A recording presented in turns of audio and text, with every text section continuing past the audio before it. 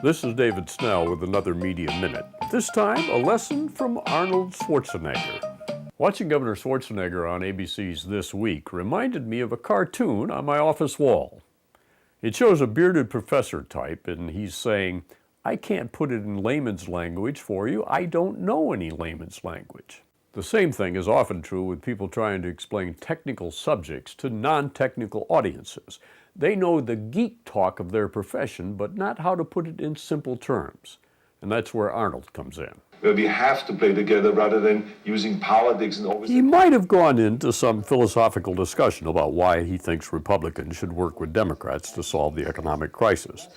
But instead, he used an analogy. I see that as kind of like, you go to a doctor, to the doctor's office, and say, look, can you examine me? The doctor says you have cancer. What you want to do at that point is you want to see this team of doctors around you, have their act together, be very clear, and say, this is what we need to do. Rather than see a bunch of doctors fighting in front of you and arguing about the treatment. I mean, that is the worst thing. It creates insecurity in the patient. The same is with the people in America. It creates insecurity when you have those two parties always arguing and attacking each other rather than coming together and saying to the American people, here's the recipe. This is it, they're going to be tough, but this is what we need to do for the next 2 years, and we both believe in that. That will bring calmness to the market. Whether or not you accept the governor's analysis, you have to admit that his analogy helped to make it more understandable.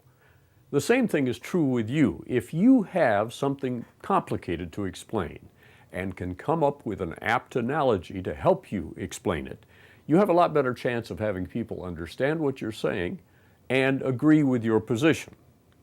A lesson from Arnold Schwarzenegger. This is David Snell. I'll see you next time with another Media Minute.